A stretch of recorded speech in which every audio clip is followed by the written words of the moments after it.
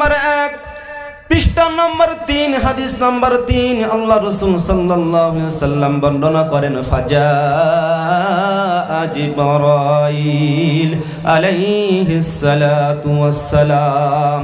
নবীজি বলেন, হঠাৎ করে দীর্ঘ 6 মাস ধরে আমি যখন গারে হিরায় জাবালে রহমতে আল্লাহ পাকের ধ্যানে মগ্ন ছিলাম, আল্লাহ পাকের ইবাদতে মগ্ন ছিলাম, 6 মাস অতিক্রম হওয়ার পরে হঠাৎ করে আমার কাছে আল্লাহর ফেরেশতা জিবরাইল এসে হাজির হয়ে যায়। আল্লাহর ফেরেশতা জিবরাইল নবীজির কাছে আসলেন। আল্লাহর ফেরেশতা জিবরাইল বিশ্ব নবীকে বলেন, ইয়া মুহাম্মদ ইকরা। আল্লাহ নবীকে লক্ষ্য করে বলেন, ইয়া মুহাম্মদ ইকরা, আপনি পড়ুন। বিশ্ব নবী আমার বলেন, মা আনা বিকারি, আমি পড়তে জানি না, পড়তে পারি না। জিবরাইল আমার বিশ্ব নবীকে বুকের মধ্যে জড়িয়ে ধরলেন, বুকের মধ্যে জড়িয়ে ধরে ছেড়ে দিলেন। এবার দ্বিতীয়বার বললেন, ইয়া মুহাম্মদ ইকরা। নবীজি আমার বলেন, মা আনা কারি, আমি পড়তে জানি না, পড়তে পারি না। জিবরাইল আবার নবীজিকে তৃতীয়বার জড়িয়ে ধরলেন, বুকের মধ্যে নিলেন, একটা চাপ দিলেন। বুখারীর বর্ণনা, নবীজি বলেন, আমার বুকের মধ্যে একটা চাপ সৃষ্টি হলো, কষ্ট অনুভব করতে পারলাম, দর্দ সৃষ্টি হলো, আমাকে আবার ছেড়ে দেওয়া হলো। আমাকে ছেড়ে দেওয়ার পরে জিবরাইল আমিন আমাকে বলে, ইয়া মুহাম্মদ ইকরা। বলার সঙ্গে সঙ্গে আল্লাহ তাআলা আমার জবান দিয়ে সর্বপ্রথম কোরআনুল কারীমের সূরা আলাকের 1 থেকে 5 নম্বর আয়াত আল্লাহ তাআলা আমার জবান থেকে পড়িয়ে নিলেন। সকলে আমার সাথে পড়ুন, ইকরা বিসমি রাব্বিকাল্লাযী খালাক খালাকাল ইনসানা মিন আলাক ইকরা ওয়া রাব্বুকাল আকরাম আল্লাযী আল্লামা বিল কলম আল্লামাল ইনসানা মা লাম ইয়ালাম। জোরে জোরে বলে সুবহানাল্লাহ। আর উচ্চ আওয়াজে বলে সুবহানাল্লাহ। জিবরাইল বিশ্বনবীকে বলে, ইয়া রাসূলুল্লাহ, ইয়া হাবিবাল্লাহ, আপনি যে 5টা আয়াতে কারিমা সর্বপ্রথম আল্লাহ তাআলা আমার মাধ্যমে আপনার উপরে নাজিল করে দিলেন। আল্লাহ তাআলা বলেন, বান্দারে ইকরা, বান্দা তোরা পড়, তোরা পড়, যে রব তোদের সৃষ্টি করেছে জমাটকৃত রক্ত থেকে। আল্লাহ বলছেন, বান্দা নবী আপনি পড়ুন, আমি আল্লাহ তাআলা আপনাকে সৃষ্টি করেছি, বান্দাকে সৃষ্টি করেছি জমাটকৃত রক্ত থেকে। আল্লাহ বলছেন, ইকরা ওয়া রাব্বুকাল আকরাম, আপনি পড়ুন, আপনি তেলাওয়াত করুন। আপনার রব মহা সম্মানিত, আপনার রব আপনাকে কলমের মাধ্যমে শিক্ষা দান করেছেন। আল্লাযী আল্লামা বিল কলম, আপনার রব আপনাকে কলমের মাধ্যমে জ্ঞান শিক্ষা দান করেছেন। আল্লামাল ইনসান, আপনার রব মানব জাতিকে সেই শিক্ষা শিখিয়েছেন। মা লাম ইয়ালাম, যে শিক্ষা আপনার রব মানব জাতিকে আপনাকে না শিখালে আপনি সহ গোটা বিশ্বের মানব জাতি কোনোদিন শিক্ষা অর্জন করতে পারতো না। একবার জোরে বলুন ঠিক কিনা। আমার বন্ধুগণ, এই যে আমি কথা বলছি, আমার সামনে মাইক্রোফোন আছে, আমার সামনে মোবাইল আছে, চেয়ার আছে, যে ডেকোরেশন আছে, রড লাইট আছে, টিউবলাইট আছে, JBL বক্স আছে, মাইক্রোফোন আছে, মিক্সার আছে, সেট আছে, এই যে বস্তুর নামগুলো আল্লাহ তাআলা আমাদেরকে শিখিয়েছেন। ওই জন্য আল্লাহ বলছেন, যদি আমি আল্লাহ তোমাদেরকে না শেখাতাম বস্তুর নাম, কিয়ামত পর্যন্ত দুনিয়ার জমিনে তোমরা কোনো কিছুই জানতে পারতা না। একবার জোরে বলুন সুবহানাল্লাহ। এখন একটা প্রশ্ন থেকে যায়, সেই কোরআন আমরা কয়জন পড়তে জানি? কোরআনুল কারীম আপনারা কয়জন পড়তে জানেন? চুপ আছেন কেন? 40 বছর, 50 বছর, 30 বছর জানার যা বয়স, লক্ষ লক্ষ কোটি কোটি টাকা এই মাহফিলের পেছনে আমার যুবক ভাইরা গতকালকের অনেক তানারা ডিপ্রেশনে ছিলেন, টেনশনে ছিলেন, আমাকে বলছিলেন। ওদিকে আমি যাব না, ওটা পরে বলবো।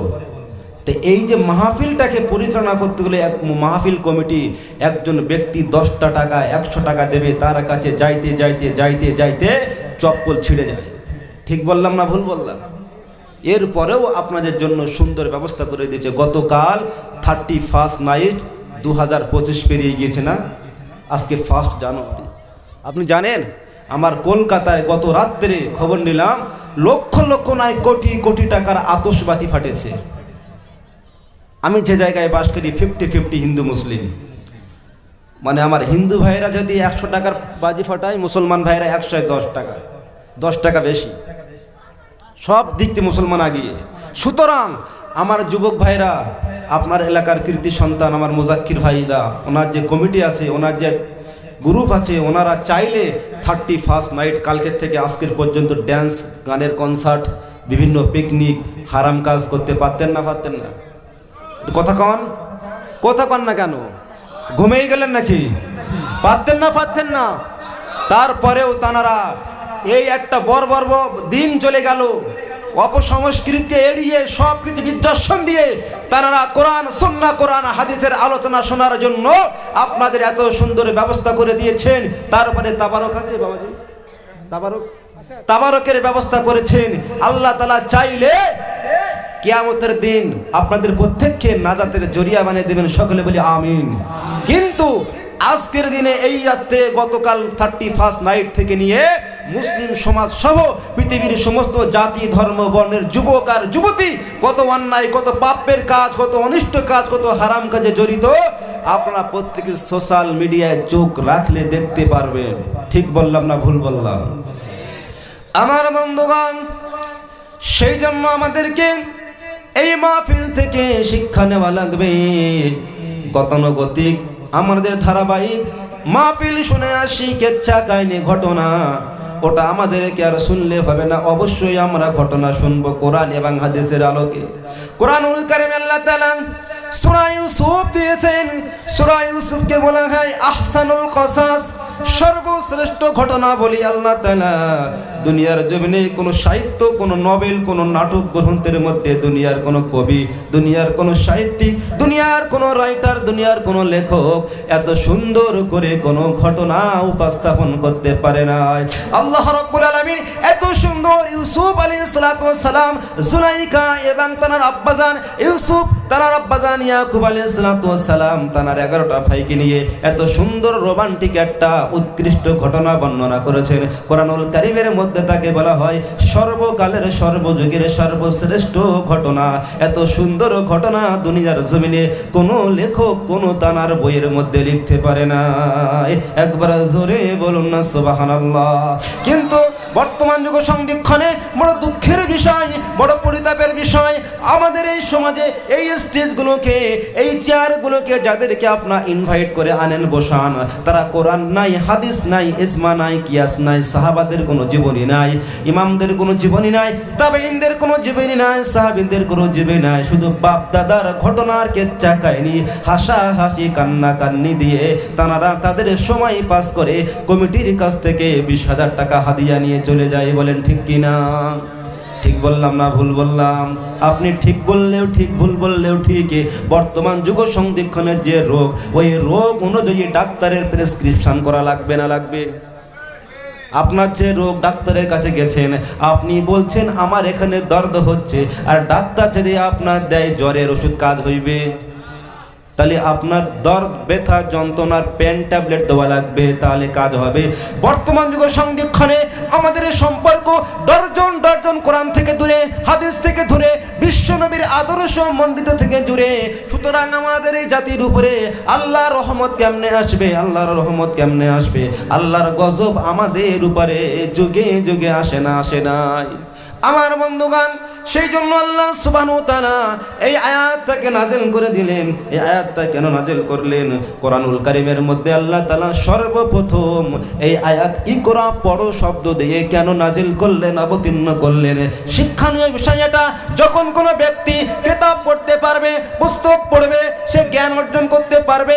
জ্ঞান অর্জন না করলে আপনি আপনার রবকে চিনতে পারবেন না, আপনার মধ্যে নলেজ থাকবে না, কোনো বস্তুর বিষয়ে জ্ঞান অভিজ্ঞ আপনার থাকবে না, আপনার বিষয়, কোনো ব্যক্তির বিষয়ে আপনি কিছুই আলোচনা করতে পারবেন না। আজকের এই সভাপতি হুজুর আমার বাবাজি, তিনি জ্ঞান অর্জন করেছিলেন, অ্যাসিভ করেছিলেন, স্কুলে পড়েছিলেন, তারপরেতে উনি গভর্নমেন্টের মাধ্যমে চাকরি, মাস্টারি চাকরি পেয়েছিলেন। ঠিক না ভুল? তাহলে সর্বপ্রথম চাকরি পাওয়ার আগে জ্ঞান অর্জন করা, জ্ঞান এই জন্য অর্জন করা লাগবে। আল্লাহ সুবহানাহু ওয়া তাআলা সেই জন্য জ্ঞান আমাদেরকে শিক্ষা করার জন্য বলেছেন, পড়ার কথা বলেছেন। কেমনে বলেছেন, কেন বলেছেন, দেখুন আল্লাহ তাআলা এক এক করে কত সুন্দর করে বর্ণনা করেন। আল্লাহ রাব্বুল আলামিন বলেন, ওয়ালাকাদ বাআসনা ফি কুল্লি উম্মাতির রাসূল আন ইবুদুল্লাহা ওয়াজতানিবুত তাগুত। জোরে জোরে বলে সুবহানাল্লাহ। আল্লাহ রাব্বুল আলামিন বলেন, আমি আল্লাহ তাআলা তোমাদের কাছে, প্রতিটা কওমের কাছে, প্রতিটা উম্মতের কাছে, প্রতিটা জাতির কাছে যুগে যুগে পয়গম্বর পাঠিয়েছি, রাসূল পাঠিয়েছি, নবী পাঠিয়েছি, মেসেঞ্জার পাঠিয়েছি, বার্তাবাহক পাঠিয়েছি। ওই পয়গম্বর, ওই রাসূল, ওই নবী তার কওমের কাছে দুইটা জিনিসের দাওয়াত দিয়েছেন। জোরে জোরে বলুন সুবহানাল্লাহ। তাহলে আল্লাহ সুবহানাহু ওয়া তাআলা যুগে যুগে রসুল পাঠিয়েছেন, পয়গম্বর পাঠিয়েছেন এই ইকরা শব্দের বাস্তবায়ন করার জন্য। ওই রসুল, ওই নবী, ওই পয়গম্বর দুইটা জিনিসের দাওয়াত দিয়েছেন। আপনারা বুঝতে পাচ্ছেন আমার কথা? বুঝতে পাচ্ছেন? চলবো এরকম চলবো? আল্লাহ রাব্বুল আলামিন বলেন, ওয়ালাকাদ বাআসনা, আমি আল্লাহ তাআলা যুগে যুগে রসুল পাঠিয়েছি, পয়গম্বর পাঠিয়েছি প্রত্যেকটা কওমের কাছে, জাতির কাছে, উম্মতের কাছে। একটা কারণ হলো, এক নম্বরে আনি ইবুদুল্লাহ, একমাত্র শুধুমাত্র কেবলমাত্র দাসত্ব করা লাগবে আল্লাহ সুবহানাহু তাআলার। আল্লাহ তাআলা বলেন নামাজ পড়া লাগবে আল্লাহর জন্য, আল্লাহর কাছে মাথা সিজদা অবনত করা লাগবে। কোনো মাজারে, কোনো বাজারে, কোনো বাবার কাছে মাথা নত করা চলবে না। চলবে? কোনো মাজারে সিজদা করা চলবে? যারা মাজারে সিজদা করে, আল্লাহর থেকে শিরক করে, আল্লাহর কোনো শিরক নাই, আল্লাহর কোনো পার্টনারশিপ নাই, আল্লাহর কোনো অংশীদার নাই, কেবলমাত্র আমার আপনার সম্মানের মাথা, মস্তক, এই কপাল, এই নাক আমরা সিজদা করব আল্লাহ সুবহানাহু ওয়া তাআলার কুদরতি পায়ে। পৃথিবীর জমিনে যত বড় ওলি হোক আর পীর হোক, কারোর মাজারে গিয়ে সিজদা দেওয়া চলবে না। যদি সিজদা দেওয়া জায়েজ হতো, আপনারাই বলেন জান্নাতুল বাকি, জান্নাতুল মুআল্লায় বিশ্ব নবীর হাজার হাজার সাহাবায়ে কেরাম শুয়ে আছেন, তারা হজ করেছেন, উমরা করেছেন, একজন বলতে পারবেন সেখানে সিজদা দেওয়া হয়? চলে বাবাজি? তাহলে আমরা কেন মাজারে সিজদা দেই? মুসলমানের সিজদা দেওয়ার স্থান হলো মসজিদ, কিন্তু আমরা মাতব্বারি করে পাণ্ডিত্য ফলিয়ে মসজিদ থেকে সিজদা মাজারে নিয়ে গেছি, আর তখনই আল্লাহর গজব আমাদের উপরে নাজিল হয়ে গেছে। আমার বন্ধুগণ, সেই জন্য কোরআন সুন্নাহ থেকে আলোচনা করা লাগবে। মায়েরা, বোনেরা, খারাপ নেবেন না, আপনাদের বিষয়ে আলোচনা করব অবশ্যই। একটুখানি আমি আমার আলোচনাটা শুরু করে নেই। আল্লাহ সুবহানাহু ওয়া তাআলা আবার বললেন, ওয়াজতানিবুত তাগুত, আমি আল্লাহ তাআলা যুগে যুগে রাসূল পাঠিয়েছি, পয়গম্বর পাঠিয়েছি বান্দারে। দ্বিতীয় নম্বর, আমার নবী, আমার রাসূল, আমার পয়গম্বরেরা আমার বান্দাদের কাছে দাওয়াত দেবে, তাবলীগ করবে, প্রচার করবে। আমার রাসূল, আমার পয়গম্বর তোমাদেরকে তাগুত থেকে তোমাদেরকে ফিরিয়ে রাখবে। সুতরাং আমাদেরকে কোরআন থেকে শিক্ষা নেওয়া লাগবে। খারাপ পাচ্ছেন আপনারা? কোরআন থেকে কথা বললে খারাপ লাগছে? আল্লাহ রাব্বুল আলামিন বলেন ওয়াজতানিবুত তাগুত। দ্বিতীয় পয়েন্ট, নবী আদম থেকে নিয়ে ঈসা রুহুল্লাহ পর্যন্ত, ঈসা রুহুল্লাহ থেকে নিয়ে আমার আপনার নবী, প্রত্যেকটা নবী রাসূলের মিশন ছিল, দায়িত্ব ছিল দুইটা। একটা হলো ওয়া'বুদুল্লাহ, আল্লাহর দাসত্ব করা লাগবে। দ্বিতীয় হলো ওয়াজতানিবুত তাগুত, তাগুতটাকে বর্জন করা লাগবে। আমার বন্ধুগণ, ওয়া'বুদুল্লাহ মানে আল্লাহর ইবাদত করা, এর ব্যাখ্যায় পরে যাব। দ্বিতীয় নম্বরে ওয়াজতানিবুত তাগুত, তাগুত হলো এমন শক্তি, তাগুত বলা হয় ওই শক্তিকে যে শক্তি নিজে ইসলাম মানে না, যে শক্তি আল্লাহর আইন তো মানে না, যে মানে দ্বিতীয় পক্ষকে মানতেও দেয় না। এরকম শক্তি আমাদের দেশে আছে না নাই? আছে, আছে। বুঝতে পারলেন তাগুতের ব্যাখ্যা? যে শক্তি নিজে ইসলাম মানে না, নিজে নামাজ পড়ে না, নিজে মসজিদ নির্মাণ করে না, নিজে মাদ্রাসায় পড়ে না, মাদ্রাসা নির্মাণে একটা টাকাও দেয় না, আবার উপরন্তু যারা মসজিদ মাদ্রাসা বানায় বুলডোজার দিয়ে ভাঙে। এ শক্তি আছে না নাই? খারাপ পাইছেন? ভয় পাইছেন? ভয় লাগছে? আরে ভয় আপনারা করবেন কেন? আমি করবো, অ্যারেস্ট করলে আমাকে করবে। এই ক্ষমতা বর্তমান 19শ শতাব্দীতে টোটাল ওয়ার্ল্ডে আছে না নাই? সুতরাং এই শক্তির সাথে মুসলমানের সম্পর্ক থাকতে পারে, থাকতে পারে। কথা কন না কেন? আপনারা ঘুমাই পড়লেন নাকি, না ভয় পাইলেন? ভয় পাইছেন? এই শক্তির সাথে অপশক্তির সাথে ইসলাম বিরোধীর সাথে মুসলমানের সন্তানের সম্পর্ক থাকতে পারে? মুসলমানের সম্পর্ক থাকতে পারে না। আর কারো থাকলে থাকতে পারে অন্তত যারা মুসলমান দাবিদার, তগুতের সাথে কোনো আপোষ আমরা। আপনার কোথায় গণ না? ঘুমাই গেছেন নাকি, না ভয় পাইছেন? ভয় লাগছে? আমার মনে হয় ভয় পাচ্ছেন। হক কথা কওয়া লাগবে। তা'মুরুনা বিল মারুফ ওয়া তানহাউনা আনিল মুনকার। ফজিলাত বললেই তো সারা জীবন আল্লাহ দিয়ে আমার কিয়ামত পর্যন্ত হায়াত দেয়, একটা লোক আমার শত্রু হবে না। কিন্তু যখন আমি হক কথা বলবো, সৎ কাজের আদেশ করব, অন্যায়ের বিরোধিতা করব, এখান থেকে আমার শত্রু তৈরি হয়ে যাবে। ঠিক বললাম না ভুল বললাম? বর্তমান যুগ সংরক্ষণে এই মাহফিলে কাম নাই, তার একটাই কারণ, বক্তা হক কথা কয় না, উপর দিয়ে ফজিলাত কয়ে গিয়ে চলে যায়। আমার বন্ধুগণ, সেই জন্য আল্লাহ সুবহানাহু ওয়া তাআলা যুগে যুগে নবী রাসূল পাঠিয়েছেন। এই তাগুতের সাথে ঈমানদারের কোনো সম্পর্ক নাই। আরো সুন্দর করে আপনারা এখান থেকে মুখস্থ করে তাই উঠবেন। একটা আয়াতের ব্যাখ্যা হলেও, একটা হাদিসের তরজমা হলেও মুখস্থ করবেন। আল্লাহর প্রত্যেক যুগে যুগে নবী আদম থেকে নিয়ে আমার আপনার নবী পর্যন্ত যত নবী রাসূল পাঠিয়েছেন, প্রত্যেক নবীর দায়িত্ব মিশন ছিল দুইটা। আপনারা মুখস্থ করেন। এক নম্বরে দাসত্ব করা চলবে আল্লাহ, দাসত্ব করতে হবে আল্লাহ। দুই নম্বরে তাগুত বর্জন করা লাগবে। তাগুত কাকে বলা হয়? যে শক্তি নিজে ইসলাম মানে না, অপরকে মানতে দেয় না। এক নম্বর, নবীদের কি দায়িত্ব বলেন? কথা কওয়া লাগবে।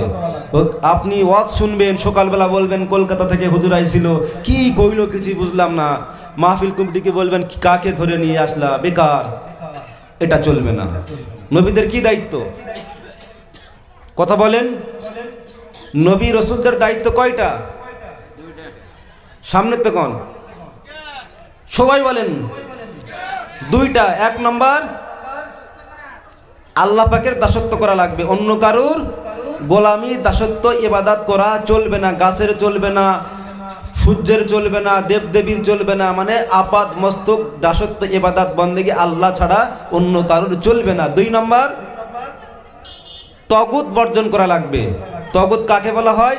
যে শক্তি নিজে ইসলাম মানে না, অপরকে মানতে দেয় না। আমার বন্ধুগণ, আল্লাহ সুবহানাহু ওয়া তাআলা অন্য জায়গায় জানায়, ওয়ালাকাদ আরসালনা নূহান ইলা কওমিহি ফাকালা ইয়া কওমি উবুদুল্লাহ মা লাকুম মিন ইলাহিন গায়র ইন্নী আখাফু আলাইকুম আযাব ইয়াউমিন আযীম। জোরে জোরে বলে সুবহানাল্লাহ। আল্লাহ রাব্বুল আলামিন এবার নবী নূহকে বলছেন, কারণ পৃথিবীর জমিনে সর্বপ্রথম রাসূল হলেন নবী নূহ। নূহ নবী সর্বপ্রথম রাসূল, তাকে শরীয়ত দেওয়া হয়েছিল। আল্লাহ তাআলা নবী নূহকে বললেন, নূহ, হে আমার নবী নূহ, আমি আমার নবী নূহকে পাঠিয়ে দিলাম। আমার নবী নূহ তার কওমের কাছে গিয়ে বললেন, ইয়া কওমি উবুদুল্লাহ, হে আমার কওম, হে আমার জাতি, আল্লাহর ইবাদত করো, আল্লাহর দাসত্ব করো, আল্লাহর বান্দেগি করো। ইন্নী আখাফু মা লাকুম মিন ইলাহিন গায়র, আমি তোমাদের কাছে দেখতে পাই এক আল্লাহ ছাড়া অন্য কোনো স্রষ্টা নাই, এক আল্লাহ ছাড়া অন্য কোনো মাবুদ নাই, এক আল্লাহ ছাড়া অন্য কোনো সৃষ্টিকর্তা নাই, এক আল্লাহ ছাড়া অন্য কোনো বিধানদাতা নাই, এক আল্লাহ ছাড়া অন্য কোনো আইনদাতা নাই, এক আল্লাহ ছাড়া অন্য কোনো সাহায্যদাতা নাই। সমস্ত শক্তির একচ্ছত্র মালিক হলেন আমার আল্লাহ। জোরে বলেন, সমস্ত ক্ষমতার মালিক কে? আর একটু উচ্চ আওয়াজে বলেন, সমস্ত ক্ষমতার মালিক কে? সুতরাং সেই আল্লাহর ক্ষমতা, আল্লাহ দাসত্ব করা লাগবে, আল্লাহ অনুগত্য করা লাগবে, আল্লাহর বিধান মানা লাগবে। আল্লাহ নবী নূহ এবার বললেন, ইন্নী আখাফু আলাইকুম, আমি ভয় করি হে আমার উম্মতেরা, হে আমার কওমেরা, আমার আশঙ্কা হয়, আমার ভয় হয় তোমাদের উপরে আল্লাহর গজব যেন না এসে পড়ে। কারণ তোমরা তো আমার কথা শোনো না, আল্লাহর ইবাদত করো না, তোমরা আল্লাহ ছাড়া অন্য দেবদেবীর ইবাদত করো। আমি তোমাদের এত সতর্ক করি, এত সতর্ক করি, তোমরা আমার কথাও মানো না, আল্লাহর আইনও মানো না। আমি ভয় করি তোমাদের উপরে আল্লাহর গজব আসবে। এখন বলুন, নবী নূহর কওমের উপরে আল্লাহর গজব আসলেন না আসে নাই? মহাপ্লাবন, মহাপ্লাবনে আল্লাহ টোটাল দুনিয়াটাকে প্লাবিত করে পাহাড়ের চূড়া পর্যন্ত পানি পৌঁছে দিয়েছিলেন। আল্লাহ নবী নূহ কত বছর তার জাতিকে দাওয়াত দিয়েছিলেন। আল্লাহ বলেন লাকাদ আরসালনা নূহান ইলা কওমিহি ফাকালা ইয়া কওমি উবুদুল্লাহ ফালাবিসা ফীহিম আলফ সানাতিন ইল্লা 50 عاما فأخذهم الطوفان وهم ظالمون জোরে জোরে বলে সুবহানাল্লাহ। আল্লাহ তাআলা নূহ আলাইহিস সালামকে তার কওমের কাছে পাঠিয়েছিলেন, তিনি দাওয়াত দিয়েছিলেন 50 বছর কমিয়ে 1000 বছর, 950 বছর দাওয়াত দেওয়ার পরে কেবলমাত্র কোটি কতক মানুষ তার দাওয়াতে লাব্বাইক বলে তার আনিত ধর্ম গ্রহণ করেছিলেন, বাকি কেউ মানেন নাই। আল্লাহ বলেন আসলে তাদের উপরে আমি তুফান দিয়েছিলাম, সুপার সাইক্লোন দিয়ে ধ্বংস করে দিয়েছিলাম। কেন দিয়েছিলাম? আল্লাহ বলেন ওয়াহুম যালিমুন, ওরা ছিল অত্যাচারী, সবচাইতে বড় জালেম। নূহ নবীর কওম ছিল জালেম। জালেম কাকে বলা হয়? আমার মাথায় টুপি আছে, এই টুপিটা যদি আমি পায়ে হাঁটুইতে দেই, এই টুপির উপরে আমায় জুলুম করলাম। টুপির স্থান কোথায়? টুপির স্থান মাথায়। এখন মাথার থেকে আমি যেমনে টুপিটাকে হাঁটুই দিলাম, টুপির উপরে জুলুম করার জন্য আমি হয়ে গেলাম জালেম। আল্লাহর নবী নূহ তানার কম তানার জাতি নূহ নবীর কথা মানলো না, আল্লাহর আইন মানলো না, না মানার জন্য তারা জালিম হয়ে গেল, অত্যাচারী হয়ে গেল। আল্লাহ তাআলা বলেন তাদের উপর আমি তুফান দিলাম, তুফান দিয়ে তাদের সাই গোষ্ঠী সব দুনিয়া থেকে আমি ধ্বংস করে দিলাম। এখন আপনারা বলেন আমার আপনার নবীর উম্মতের উপরে এরকম গজব আসে নাই? তার একটা কারণ, আমার নবী হলেন রাহমাতুল লিল আলামিন। রাহমাতুল লিল আলামিন নবী কোরআনে প্রমাণ, আশিক বিনে কে বুঝিবে আমার দয়ার নবীর মান। ঠিক কি না আমার বন্ধুগণ? সেই জন্য আল্লাহ সুবহানাহু ওয়া তাআলা আবার কত সুন্দর করে বান্দাকে বোঝাচ্ছে, বান্দা আমি কেন তোদেরকে পড়তে বললাম, কোরআনের মধ্যে সর্বপ্রথম ইকরা শব্দ কেন ব্যবহার করলাম, তোরা একবার মন দিয়ে শোন, তোদের অন্তর দিয়ে শোন, তোরা কলিজা দিয়ে একবার ভাব আমি আল্লাহ তাআলা কেন পড়তে বললাম। আল্লাহ বলেন ওয়া ইলা আদিম আখাহুম হুদ ক্বালা ইয়া কওমি উবুদুল্লাহ মা লাকুম মিন ইলাহিন গায়র আফালা তাত্তাকুন। জোরে জোরে বলেন সুবহানাল্লাহ। আল্লাহ রাব্বুল আলামিন আদ জাতির কাছে তাদের ভাইকে পাঠিয়ে দিলেন হুদ নবীকে। নবী হুদ তার কওমের কাছে, তার জাতির কাছে গিয়ে বললেন হে আমার কওম উবুদুল্লাহ মা লাকুম মিন ইলাহিন গায়র, হে আমার কওম, হে আমার জাতি, তোমরা এক আল্লাহর দাসত্ব করো, এক আল্লাহর জন্য নামাজ কায়েম করো, এক আল্লাহর ইবাদত করো, এক আল্লাহর পূজা করো, এক আল্লাহর আইন ছাড়া অন্য কারোর আইন চলবে না। কিন্তু তোমরা তো আল্লাহর ভয় করো না। আল্লাহর ভয় যদি তোমরা করতা, সমস্ত দেব দেবী ছেড়ে দিয়া আল্লাহর দাসত্ব তোমরা স্বীকার করে নিতা। আল্লাহ তাআলা আবার বোঝাচ্ছেন বান্দারে, তোদেরকে বোঝানোর জন্য ইন্নাল্লাহা ইয়াইযুকুম লাআল্লাকুম তাযাক্কারুন। আমি আল্লাহ, আমার চাইতে বড় বক্তার কেউ নাই, আমি হলাম বক্তা সম্রাট। দুনিয়ার জমিনে যার পাসপোর্ট নাই তার নামের আগে লেখা হয় আন্তর্জাতিক মুফাসসিরে কোরআন। ঠিক বললাম না ভুল বললাম?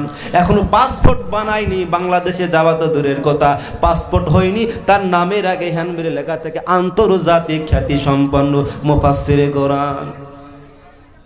দুনিয়ার মানুষের অবস্থা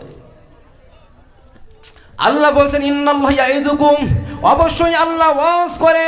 আল্লাহর চাইতে বড় বক্তার কেউ হতে পারে না। আল্লাহ হলেন সর্বকালের সর্বযুগের সর্বশ্রেষ্ঠ বক্তা সম্রাট। আল্লাহ ওয়াজ করেছে, আমরা নকল করছি, আমরা কেউ কিন্তু বক্তা নয়, আমরা ওয়াইজ নয়, আল্লাহর ওয়াজ নকল করে করে কোরআন থেকে আপনাদের সামনে আমরা উপস্থাপন করি। আল্লাহ তাআলা ওয়াজ করছেন বান্দারে কেন এই ইকরা শব্দ দিলাম কেন তোদের পড়তে বললাম? তোরা একবার বোঝ, তোরা একবার ভাব, তোরা একবার চিন্তা কর। আজকের মাহফিল থেকে উঠে গিয়ে বাড়িতে গিয়ে তোরা একবার বালিশে প্রশ্ন করবি, বালিশে মাথা দিয়ে প্রশ্ন করবি, আল্লাহ কোরআনুল কারীমের মধ্যে কেন ইকরা শব্দ সর্বপ্রথম নাজিল করলেন? আল্লাহ তো পারতেন বান্দা আকিমুস সালাহ, তোরা নামাজ কায়েম কর, ওয়াতুজ যাকাত, যাকাত প্রদান কর, ওয়াসুমু শাহর রমাদান, রমজান মাসে তোরা রোজা পালন কর, তোরা হজ কর, তোরা হারাম বর্জন কর, সুদ খাস না, ঘুষ খাস না, চুরি করিস না, ডাকাতি করিস না, টেন্ডারবাজ করিস না। অনেক অন্যায় কাজ থেকে আল্লাহ আমাদেরকে বাধা দিতে পারতেন, কিন্তু আল্লাহ তাআলা সর্বপ্রথম গারে হিরায় জাবালে রহমতে আল্লাহ নবীর উপরে ইকরা শব্দ দিয়ে আমাদেরকে জানিয়ে দিলেন দুনিয়ার জমিনে টিকে থাকতে হলে শিক্ষার প্রয়োজন আছে না নাই?